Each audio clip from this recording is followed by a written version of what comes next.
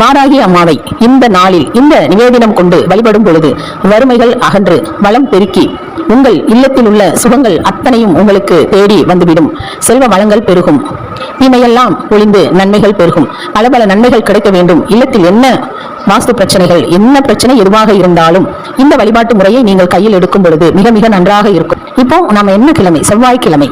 வாராகி அம்மாவுக்கு பிடித்த அவர்களுக்கு நாட்டு சர்க்கரை அந்த நிவேதனம் கொண்டு நீங்கள் வழிபடும் பொழுது அகல் தீபம், நெய் தீபம் ஏற்றி மனம்தார் நினைத்து நீங்கள் வழிபடும் பொழுது மிக மிக நன்றாக இருக்கும்.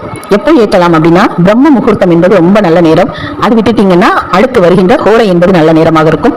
இப்படியாக செவ்வாய்க்கிழமைகளில் வழிபடும் பொழுது சிவப்பு நிற பூக்கள் உங்க தோட்டத்தில் பூத்ததாக இருக்கலாம், அல்லது நீங்க வாங்கி வந்த மலராக இருக்கலாம். எதுவாக இருந்தாலும் சிவந்த நிறம் கொண்ட பூக்களை கொண்டு அர்ச்சனை செய்து நீங்கள் வழிபடும் பொழுது உங்கள் வீட்டில் உள்ள கஷ்டங்கள் எல்லாம் பறந்துவிடும் அப்படின்னு சொல்லலாம். மிக மிக அற்புதமான இந்த வழிபாடு.